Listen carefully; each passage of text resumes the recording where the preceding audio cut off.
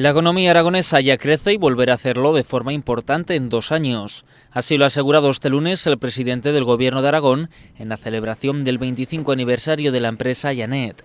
El presidente se ha mostrado optimista con la economía aragonesa, a pesar de que Europa ralentizará su crecimiento en los próximos años. En 2 años Aragón volverá a liderar el crecimiento nacional. No tengo ninguna duda porque tenemos mucha capacidad de crecimiento, tenemos muy buenas infraestructuras, tanto desde el punto de vista de comunicaciones, de transportes, como también infraestructuras como las relacionadas con la logística y por tanto nuestra ubicación, nuestra situación, nuestros recursos, la capacidad y la formación de nuestra gente me permite atisbar que volveremos a liderar el crecimiento en España en muy poco tiempo.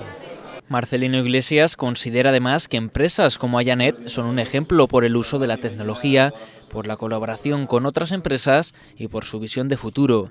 En ese sentido, el presidente ha asegurado que el futuro es reinventarse. La compañía ha reconocido en el acto la colaboración en todos estos años del Ejecutivo Autonómico y de multinacionales como IBM y Microsoft.